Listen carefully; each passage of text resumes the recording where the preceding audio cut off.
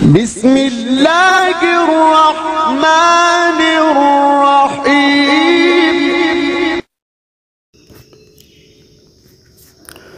السلام عليكم ورحمة الله وبركاته نحمده ونصلي على رسوله الكريم أما بعد সম্মানিত বন্ধুগণ, তো আপনারা সকলেই কেমন আছেন?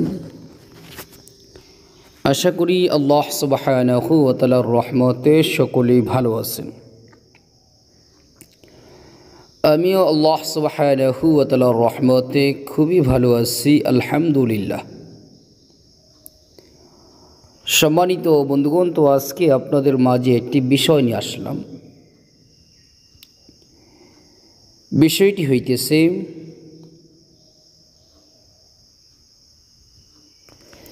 অধিক রিজিক ও উদ্দেশ্য সিদ্ধির আমল, অর্থাৎ অধিক পরিমাণ রিজিক বৃদ্ধি করার কোরআনী আমল।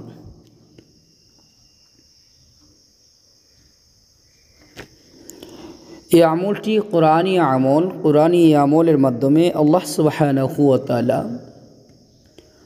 আপনার রিজিকের মধ্যে এত পরিমাণে বরকত দিবেন, যেই বরকতের কারণে আপনার কখনই অভাব হবে না। যখনই যে প্রয়োজন হবে সেই প্রয়োজন আল্লাহ তাআলা পূরণ করে দিবেন ইনশাআল্লাহ।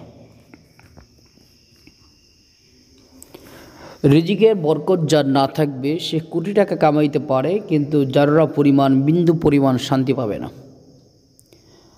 আর যার রিজিকের মধ্যে বরকত থাকবে সে অল্পতেই অনেক সুখে থাকবে, কারণ তার যখন যেটার প্রয়োজন সেটা সাথে সাথে পেয়ে গেলে কোনো দুশ্চিন্তা করতে হবে না। আর যার দুশ্চিন্তা নাই সেই দুনিয়াতে সবচেয়ে বড় সুখী। এই জন্য কোরআনের এই আমলটি করার চেষ্টা করুন, যাতে আল্লাহ তাআলা আপনার রিজিকের মধ্যে বরকত দান করে। কোরআনী আমলটি কি? কোরআনে কারিমের মধ্যে 28 নম্বর পারার একটি সূরা আছে, সূরা আত-তালাক, আয়াত নম্বর 3। আয়াতে কারিমাটি তেলাওয়াত করতেছি। আউযু বিল্লাহি মিনাশ শাইতানির রাজীম। বিসমিল্লাহির রহমানির রহিম।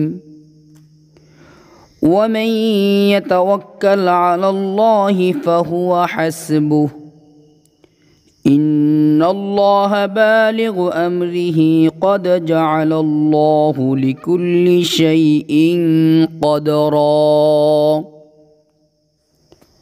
এই আয়াতে কারিমা ফজর নামাজের পরে 11 বার ইস্তিগফার ও দুরূদ শরীফ পাঠ করে এই আয়াতে কারিমার অংশটুকু 100 বার পাঠ করবেন। আবারও 11 বার ইস্তিগফার ও দুরূদ শরীফ পাঠ করে আল্লাহ পাকের নিকট দোয়া করবেন। আবার রাতে বা মাগরিবের নামাজের পরেও আমল করতে পারেন, রাতে ঘুমানোর আগেও আমল করতে পারেন। অর্থাৎ সকাল এবং সন্ধ্যা বা সকাল রাতে নিয়মিত আপনি এই আমলটি করে দেখেন, ইনশাআল্লাহ দেখবেন কিছু দিনের মধ্যেই আল্লাহ তাআলা প্রচুর পরিমাণে বরকত আপনাকে দান করবে ইনশাআল্লাহ।